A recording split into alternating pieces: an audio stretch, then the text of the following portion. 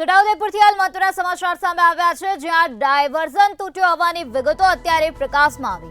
Diversion તૂટતા live video અત્યારે સામે આવ્યો છે, જે તમે મંતવ્યની સ્ક્રીન પર નિહાળી શકો છો। સિહોદ ગામ પાસે ડાયવર્ઝન બનાવવામાં આવ્યો હતો।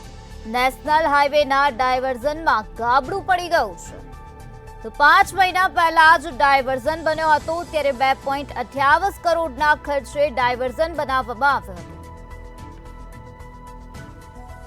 તો 5 મહિના પહેલા જ આ ડાયવર્ઝન બનાવવામાં આવ્યું હતું, જ્યાં અત્યારે ગાબડું પડી ગયું છે। ડાયવર્ઝન તૂટવાનો આ લાઈવ વિડીયો સામે આવ્યો છે, જે તમે મંતવ્યની સ્ક્રીન પર નિહાળી શકો છો। છોટાઉદેપુરનો આ બનાવ સામે આવ્યો છે, જ્યાં ડાયવર્ઝન તૂટી ગયું છે। નેશનલ હાઈવેના ડાયવર્ઝનમાં ગાબડું પડી ગયું છે। 5 મહિના પહેલા જ તેનું નિર્માણ કરવામાં આવ્યું હતું ડાયવર્ઝનનું।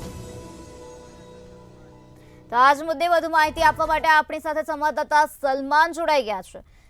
જી સલમાન, છોટાઉદેપુરમાં ડાયવર્ઝન તૂટી ગયો છે। 2.58 કરોડના ખર્ચે આ ડાયવર્ઝન બનાવવામાં આવ્યો હતો। શું છે વધુ માહિતી?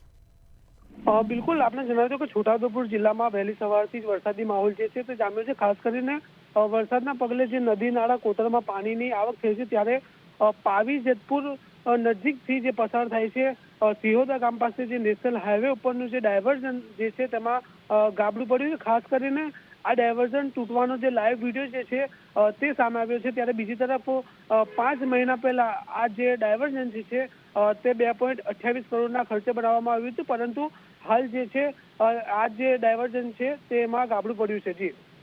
જી સલમાન, સમગ્ર માહિતી આપવા બદલ આભાર। તો થોડા જ સમય પહેલા આ ડાયવર્ઝનનું નિર્માણ કરવામાં આવ્યું હતું, જ્યાં અત્યારે ગાબડું નજરે પડી રહ્યું છે। તો હલકી ગુણવત્તાની કામગીરી સ્પષ્ટપણે નજરે પડી રહી છે। ડાયવર્ઝન તૂટ્યાનો લાઈવ વિડીયો અત્યારે સામે આવ્યો છે, જે તમે મંતવ્યની સ્ક્રીન પર નિહાળી શકો છો। સિહોદ ગામ પાસે ડાયવર્ઝન બનાવવામાં આવ્યો હતું, તે ડાયવર્ઝન અત્યારે તૂટી ગયો છે।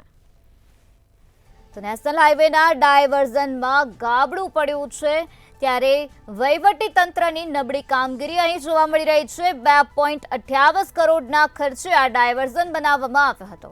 તો 5 મહિના પહેલા જ આ ડાયવર્ઝનનું નિર્માણ કરવામાં આવ્યું હતું। તો છોટાઉદેપુરના સિહોદ ગામ પાસેનો આ બનાવ પ્રકાશમાં આવ્યો, જ્યાં ડાયવર્ઝન તૂટી ગયું છે। 2.58 કરોડના ખર્ચે આ ડાયવર્ઝનનું નિર્માણ કરવામાં આવ્યું હતું।